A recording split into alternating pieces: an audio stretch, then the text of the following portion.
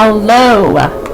Okay, I'm here to tell you about something I've been reading with Nathan Winograd. Now he's written a series of books, and he's all about no kill, as you guys know. But his books aren't really that well annotated, so I hesitate to present them as fact. So I've been checking things out, and so far everything is kind of lined up. So let's talk about, it's like one of these questions that I had when I was that if this no kill equation here is so fabulous, well then why isn't it being embraced by the big organizations? Why aren't more shelters using it? And why, in fact, are some people in these big box organizations, why are they fighting it?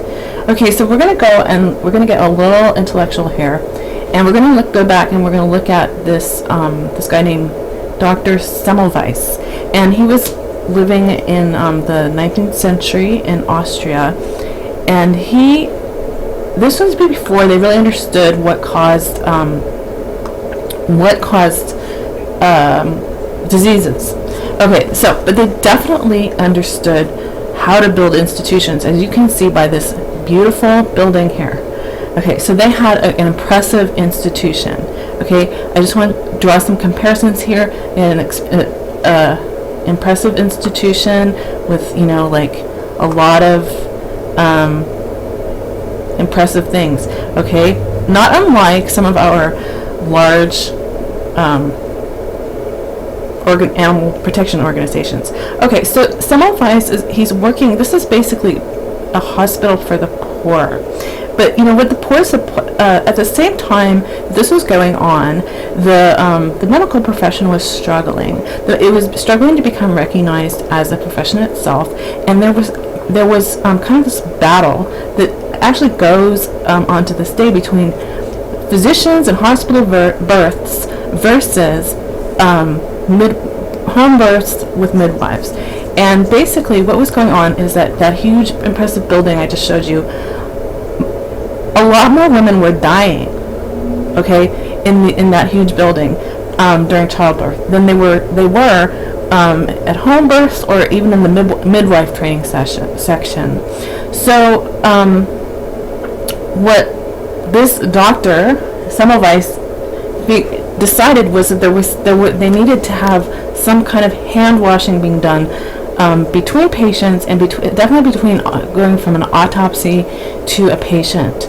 And he did this using a scientific method, and he discovered that he could really reduce the deaths to nothing if he did this. Okay, but there was a clash here between the educational needs of the medical students and their patients. So the medical profession decided that they didn't want to hear about that, because they needed these big hospitals. They didn't believe him, first of all, and they just needed these big hospitals because they needed to train all these doctors.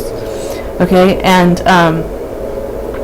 so they basically just kind of let it go, and it was only until later Louis Pasteur and those other people came on, and people accepted the fact that you need to have an antiseptic environment.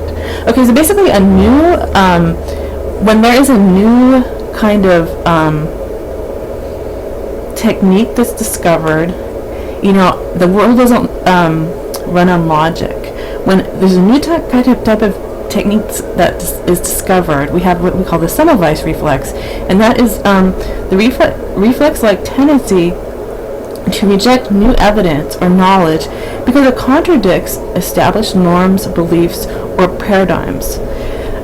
Okay, so in other words, Semmelweis was right, and he could have saved life, but it challenged the established authority. Now, the same thing here with the